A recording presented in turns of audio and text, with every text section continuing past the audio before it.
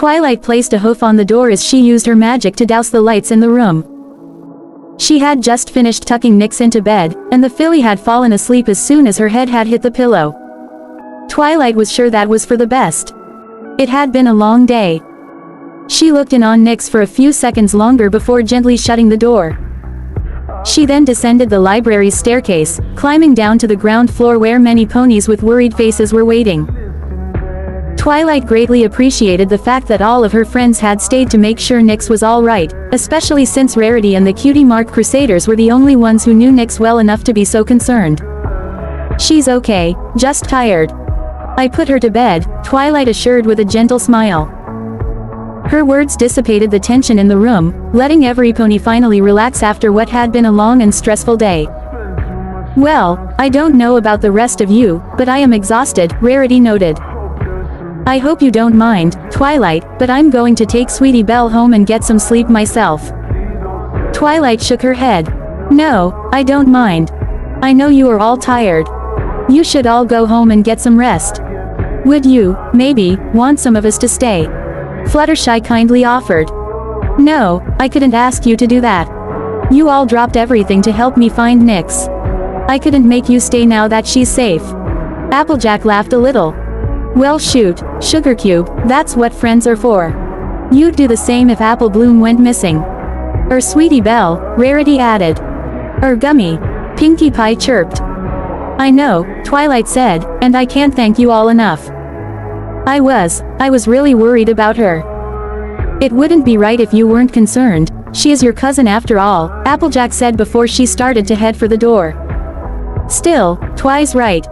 We all should be in bed, including 3 certain fillies." "Ah, but we want to stay and make sure Nyx is okay," Apple Bloom whined. "No dice, Apple Bloom. You got school tomorrow. You can come and check on Nyx after class." "The same goes for you, Sweetie Belle," Rarity added before giving her little sister a small nudge. "We need to get you home. And I know your mother's got to be worried too, Scootaloo," Twilight remarked. Scootaloo blinked before her eyes widened, a panicked frown forming on her face. "Oh no. My parents are going to flip." "Hey, don't worry, kid, I've got you covered," Rainbow Dash said before she gave Scootaloo a noogie. "I know your mom. How about I fly you home and explain everything?" "Wow, you'd really do that? Hey, you stayed here just to make sure Nyx got home safe. That's a kind of loyalty I can appreciate." Rainbow landed on the ground and motioned for Scootaloo to get on her back. "Now, get up here." Scootaloo grinned ear to ear, more than eager to accept Dash's offer for a flight home. With that, the mass of ponies filtered out of the room. Twilight said, "Good nights, and thank yous," as every pony left and shut the door after the last one had departed. She let out an exhausted sigh and began to head for the stairs. An empty stomach tempted her to go to the kitchen, but, in the end, she decided to wait and have a big breakfast in the morning. Her first priority was sleep. Knock, knock, knock, Twilight turned and eyed her front door. She debated opening it. She really just wanted to go to bed, but her courteous nature got the better of her. She turned and walked towards the door before opening it magically. "That's her, Daddy." Twilight's eyes hardened at the sight of Diamond Tiara standing on her doorstep, this time accompanied by an older stallion and an older mare. The stallion was brown in tone, with blue eyes similar to Diamond Tiara's and a slicked back mane that may have once been black but had lightened a few shades with his age. He was wearing a firm frown, but it was nothing compared to the glare the older mare was shooting at Twilight. The older mare had a sand-colored coat, light purple eyes, and seemed to be struggling to keep herself from assaulting Twilight verbally, or even physically. Her medium-length, two-toned, white and light blue mane was styled in an updo, though a few hairs had fallen loose. Yet, the older mare paid no mind to her slowly coming apart hairdo, instead turning her attention to the stallion. "Well, Rich, what are you waiting for? Miss Sparkle?" The stallion began as he took a step forward and offered his hoof. "I know we haven't properly met, but I know you through our mutual friends over at Sweet Apple Acres. I'm Mr. Rich, a business associate of theirs, though it should be said that I'm not here on business." Twilight shook Filthy Rich's hoof. Well, it's nice to meet you, but can this wait until morning? I just got back from finding. This most certainly cannot wait. Why, you're lucky, the older mayor began to rant, only to be interrupted by Filthy Rich. Now, affluent, please, I said I'd handle it. You had better, Rich, the older mayor, affluent, spat before returning her stare to Twilight, who forced a smile before looking back to Filthy Rich. Would you care to tell me what all this is about? Yes, I was just getting to that, Filthy Rich said. Miss Sparkle, did you threaten my daughter earlier today? She did, Daddy. Diamond Tiara shouted as if she was appalled he was asking Twilight to confirm the story. She said she was going to turn me and Silver Spoon into cacti. Miss Sparkle. Twilight frowned a little, but then she sighed and nodded her head. Yes, and I will not stand to have my foal threatened. Affluent barked harshly. Consider yourself lucky we're even giving you a chance to apologize because, if you weren't one of the ponies that stopped Discord last year, we would have gone straight to the authorities. Twilight furrowed her eyebrows and stepped directly in front of Affluent, returning her hateful glare. And has Diamond Tiara told you why I threatened her? No, she didn't, but Honey, Filthy Rich interrupted, we agreed we'd let Miss Sparkle explain herself. Affluent shut her mouth and puffed up her cheeks like she was a tea kettle trying to hold in its steam. When she looked like she was about ready to burst into another enraged rant, Affluent released the breath she had been holding through her nose and nodded. Yes, dear. I am sorry I threatened her, Twilight said, but your daughter sent my cousin Nyx into the Everfree Forest alone, and then she refused to tell me what she had done. The only reason I threatened her was to find out where Nyx was before something happened to her. Well, maybe you wouldn't have had to threaten my daughter if you had told your cousin how dangerous the Everfree Forest was, Affluent said with a huff. Nyx does know how dangerous the Everfree Forest is, Twilight snapped back, but your daughter convinced her that the forest wasn't dangerous when you got far enough in, and she gave her a map. Filthy Rich glanced at his daughter, who was also glaring at Twilight. You wouldn't happen to still have this map, would you? No, Twilight said. Nyx lost it when she was in the forest. Well, I guess that explains it then, Affluent said as her voice took on a haughty tone. Your cousin is lying to you. She was probably off getting into trouble, and, when you found her in town, she told you some sob story about how she got lost in the Everfree Forest. She lied to you, and now you're lying to us about why you threatened our daughter. We should have you arrested for that lying mouth of yours alone. Twilight furrowed her eyebrows and took a step towards Affluent. You want to hear the truth? Here's the truth. I found Nyx in the Everfree Forest, crying her eyes out, and she was sent in there by your daughter. Your daughter even gave her a map, and, from what I've heard, she's been a bully to the rest of her classmates as well. You're doing her no favors protecting her from the consequences of her actions. And I know I can't make you punish her for sending my cousin someplace where she could have been hurt, or worse. But let me make this perfectly clear. Twilight leaned forward, her voice taking on a low, strong, threatening tone as she glared down Affluent. If Diamond Tiara does anything like this to Nyx again, being turned into a cactus will be the least of her problems. Why, you little tramp? Affluent snapped back. Who do you think you are? We're upstanding members of the community. Why, if it wasn't for my husband's family, there wouldn't even be a Ponyville. How dare you speak to us like this? I should teach you a lesson in respect. Twilight bristled and shoved her face up against Affluent's, so their foreheads and noses were pushed together. And I'm the unicorn that beat an Ursa Minor barehoofed, and I'm also Princess Celestia's private pupil. So, if you really want to push your luck, I'd be happy to take this outside. Otherwise, get out of my face and get out of my library. Miss Sparkle. Filthy Rich interrupted. He forced himself between the two mares and looked down at Twilight with a firm, steadfast frown. I can respect that you did what you did earlier today under duress. I doubt I'd act much differently if I was in your position. That, however, does not give you license to threaten my family. Yeah, Diamond Tiara added. She smiled triumphantly, caught up in the fact her father was winning the argument.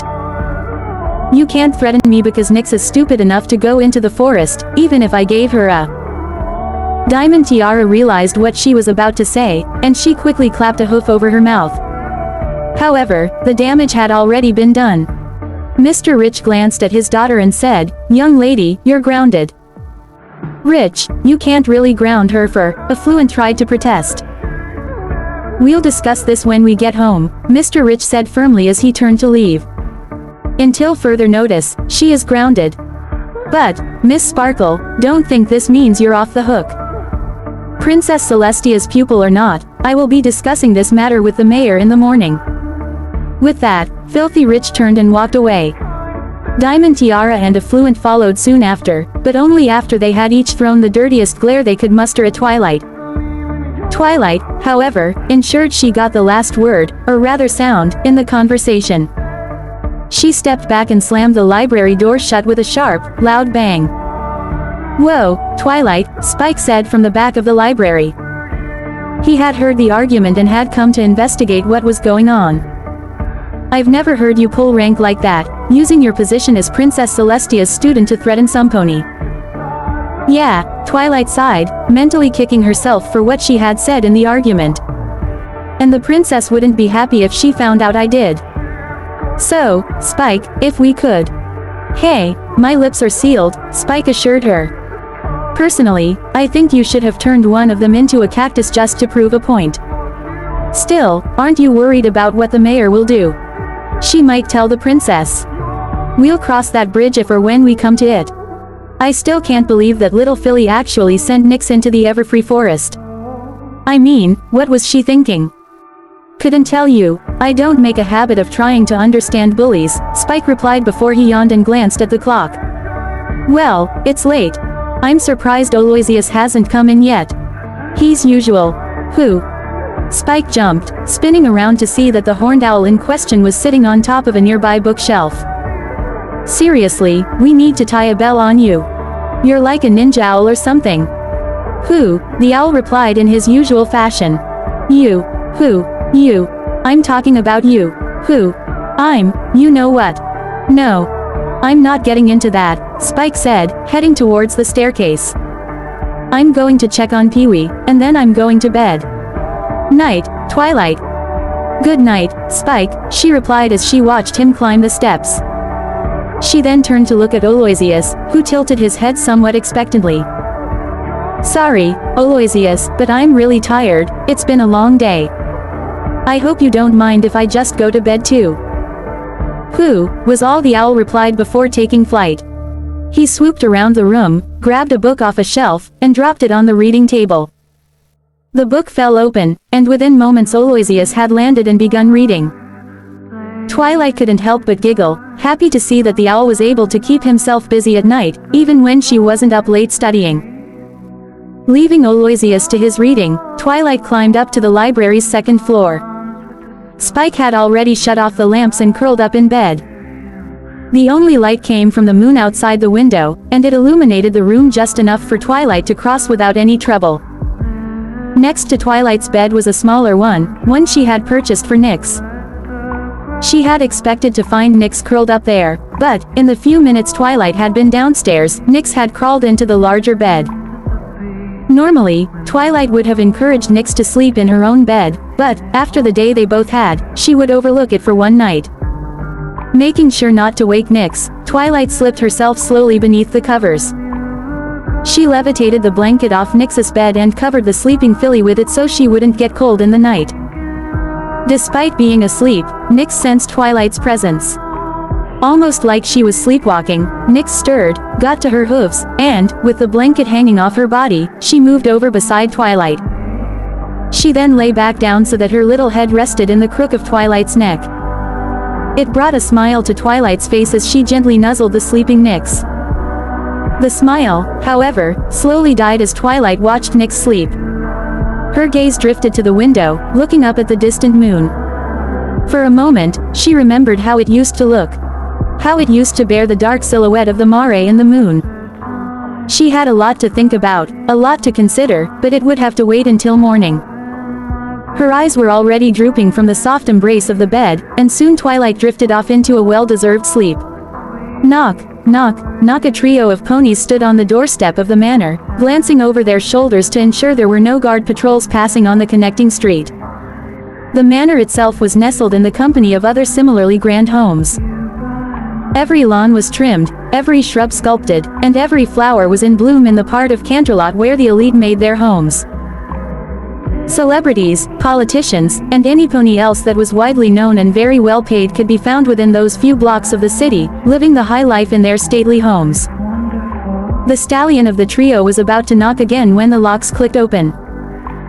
The door swung open as a white unicorn with a perfectly trimmed and slicked back black mane and a monocle poked his head out of the door. He looked over the two Pegasi mares and Earth Pony Stallion before giving a small, snooty sniff. "Yes. May I help you?" "Just open the stinking door, etiquette." The gray Pegasus with a darker gray mane and swirling tornado cutie mark snapped. "Of course, Miss Gale." The butler, proper etiquette, stepped back and opened the manor's door wider, allowing the trio of ponies to slip inside. The other Pegasus was a dark purple mare with a black mane and swirling wind lines for a cutie mark. The sole Earth Pony was a dull clay red stallion with a tall build. His blonde mane was cut very short and his cutie mark was a stone wall that looked like castle battlements. "Sir Spell Nexus is in his study. I believe you know the way," proper etiquette said as he shut the manor's front door. Grey Gale fluttered her wings in irritation. Yeah, we know the way, but Nexus better have a good reason for calling us like this." "Indeed, Night Wind," the purple Pegasus said in agreement. "We are, after all, trying to lie low after that grand failure in the Everfree Forest. The town guard are much more alert and are stopping ponies on the street if they run across them this late at night. I do not know why Sir Spell Nexus called for you as he did," proper etiquette remarked as he began to walk away. "But I do believe you will find it difficult to get an answer unless you go and speak with him. Now, I must be off to the kitchen. Sir Spell Nexus does not like to host company without refreshment." "Seriously, that pony takes his job way too seriously," Grey Gale mumbled to herself as the three made their way through the manor. After climbing a flight of stairs and passing down a lavishly furnished hallway, they arrived at a door they all knew quite well. Since they had been summoned, they didn't bother to knock before they entered the manor's study. It was a cozy little room with very large windows and a fireplace. One wall was lined with bookshelves which were filled to capacity with books, some small knickknacks, and the occasional framed picture. The windows looked out over the elegant cityscape of Canterlot, a view that the manor's owner had been complimented on a number of times. Finally, an oil painting rested above the fireplace. The regal portrait depicted a dark blue unicorn with a light gray mane sitting behind a very elegant-looking desk while wearing a gentle smile. Below the portrait, set into the picture's polished wooden frame, was an engraved plaque. Spell Nexus. Headmaster of Celestia's School for Gifted Unicorns. Mystical advisor to the royal court. The manor's owner, Nexus himself, stood in front of the study's fireplace, its flames reflecting in his turquoise eyes. He did not turn to look at the three ponies who had entered his study, instead motioning with a hoof to some chairs. "Please, have a seat." "What's this about, Nexus?" Gale asked as the three ponies sat down. "You never send messengers for us in the middle of the night." "It is strange," Night Wind agreed. "You are the one who is always telling us to keep our movements subtle and hidden, and this is far from being subtle or hidden. And not all of us have cushy jobs like you do," Stonewall grumbled. "The commander is already suspicious of why I was late reporting in after what happened in Everfree. I'm skating on thin ice with the town guard. Yes, I apologize for the late hour, my sisters and brother, but there has been an interesting development." "It better be interesting." Grey Gale grumbled under her breath before she stifled a yawn.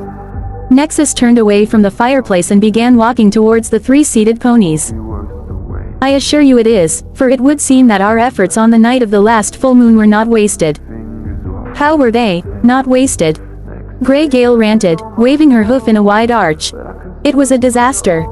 Nightmare Moon's remains were blown to smithereens, and how many of our brothers and sisters got arrested again?"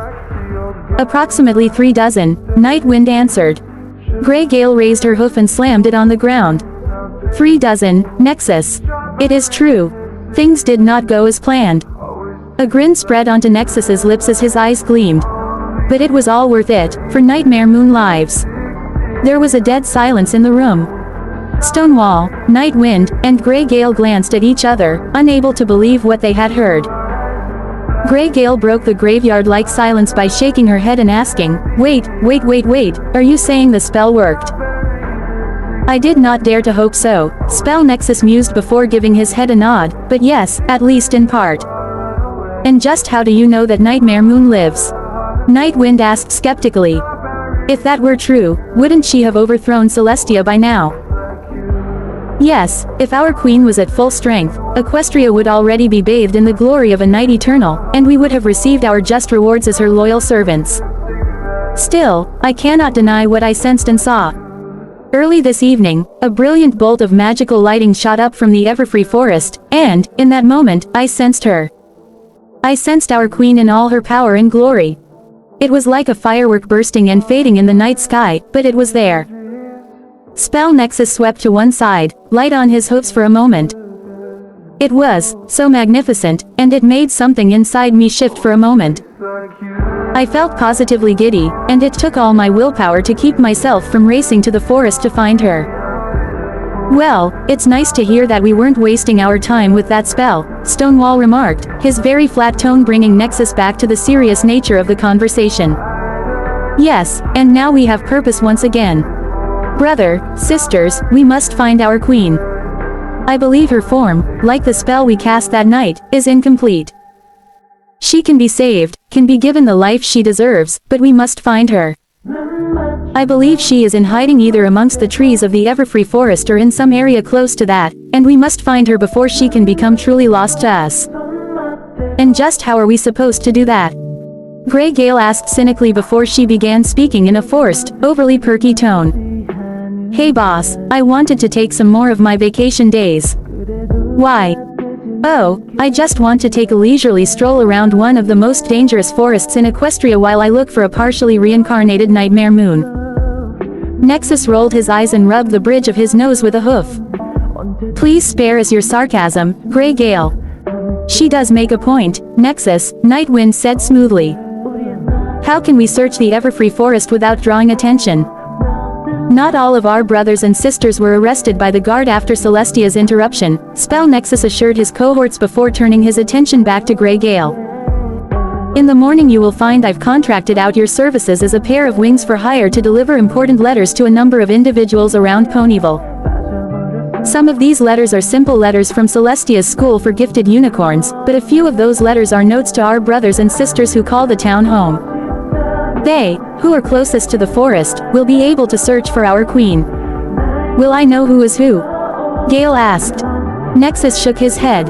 No, their anonymity must be preserved. It is how we've been able to function so long without detection. Only I truly know all those who stand with the children of Nightmare. Which, as I've said before, is really creepy, Grey Gale remarked, only to get elbowed in the side by Night Wind. And what about us, Nexus? Stonewall asked. Nexus stepped over to Stonewall and set a hoof on his shoulder. You must continue your duties with the town guard. The information you provide is invaluable to us remaining undetected. Nexus then turned and looked at Night Wind. And you, sister, will find yourself assigned to a new post in the morning. Night Wind arched an eyebrow. And just where am I being stationed, Nexus?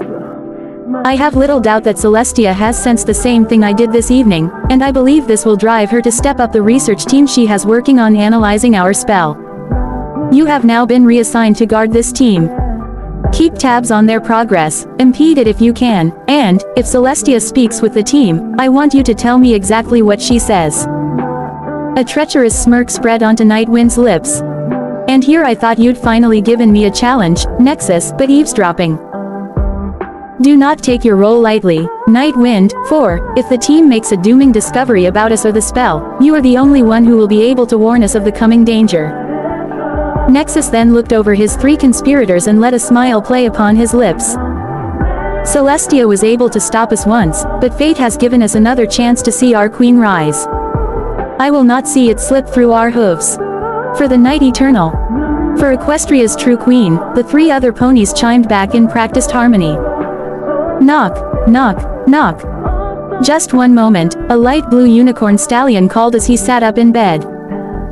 Bastion Yorsets glanced at the clock, grumbled at the late hour, and then pulled himself out of bed. His eggshell white mane and tail were a mess, but he continued to move towards his front door all the same. He had no desire to try and make himself presentable for any pony who would come knocking at such an hour. Horn glowing, Bastian opened his front door, intending to chew out whoever thought to disturb him so late at night.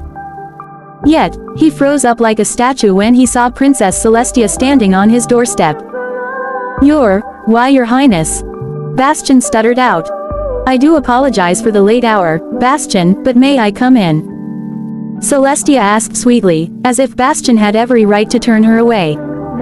"Oh, of course, please, make yourself at home. I'll be with you in a moment," Bastian said before letting Celestia inside. Bastian Yorsets was a teacher at Celestia's school for gifted unicorns and was there when the young Twilight Sparkle revealed her immense aptitude for magic. He was among the senior teaching staff and was the pony Celestia charged with the responsibility of leading the team studying the cult pony's spell. Once he had ensured Celestia was comfortable, Bastian disappeared back into his bedroom. He re-emerged a few minutes later in a far more presentable state. He had quickly brushed out his mane and tail, and he had also slipped into his normal work attire, a collared shirt, a light brown sweater vest, and a thin black tie to finish the ensemble. "I do apologize for making you wait, Your Highness," Bastian said when he stepped back into the living room. Celestia glanced up from her seat on Bastian's couch, which was just large enough to support her larger stature. "Do not apologize, Bastian. I would not normally disturb you at your home or at such a late hour, but I was curious as to how things were going in deciphering the spell." "It is progressing, but slowly," Bastian answered as he took a seat in a cushioned chair. The unicorns were making use of several very old forms of magic of which there are few records. The oil-soaked powders they were burning came from zebra magic. We also found records of unicorns using arcane designs to direct the flow of magic, but there are no actual books describing how such magical lines work. Bastian sighed tiredly and ran a hoof through his mane. Things would undoubtedly be going better if we were able to get some information from the cultists.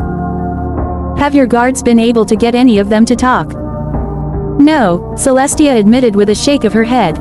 "The cultists we've arrested are proving to be very strong-willed. The interrogators have not been able to convince any of those ponies to give up any new information." "Then I am sorry, Princess, but I fear my team is doing the best it can, considering we're dealing with lost knowledge." "Well, purposefully hidden, maybe a more accurate turn of phrase," Celestia mused aloud. "Princess?" Bastian asked as he cocked an eyebrow. "Bastian, I want you to move your team out of the castle's main library and into the royal archives tomorrow morning. I have already arranged for your team to have full access to anything in there, including the Star's Whirl Wing." Bastian's eyes widened. "Princess, the archives guard the most precious literature in Equestria. Tomes of ancient knowledge and stories that haven't been viewed first hoof in centuries." "Yes, but that is the point. The tomes in that collection are the final copies of books and knowledge that I wished to have preserved but not available to all of Equestria. There is very powerful magic in some of those books, spells that, if attempted by ponies who do not fully understand them, could have dire consequences. Some of those books, however, describe the arcane magic the cult spell is based upon. They would undoubtedly help your team understand the spell more quickly." Bastian nodded in understanding as the weight of this new privilege sank in. "We will move to the archives first thing in the morning." "Good," Celestia said. A tiny smile tried to form upon her lips, but the seriousness of the situation forced it to wither like a water-deprived plant. "There is one other thing, Bastian." "Yes, Your Highness." "While I do not want to distract your team from figuring out the spell's intended purpose, I must ask that you also start investigating what the spell did." "What it did?" Bastian echoed in confusion. Celestia gave a single nod before she rose from her seat. "Yes, for you see, the cult was already casting the spell when I arrived with the guards. I was able to stop the spell, interrupt it, but now I fear what it was able to accomplish before my arrival." Bastian stood up from his seat as well and began to follow Celestia as she moved to his front door.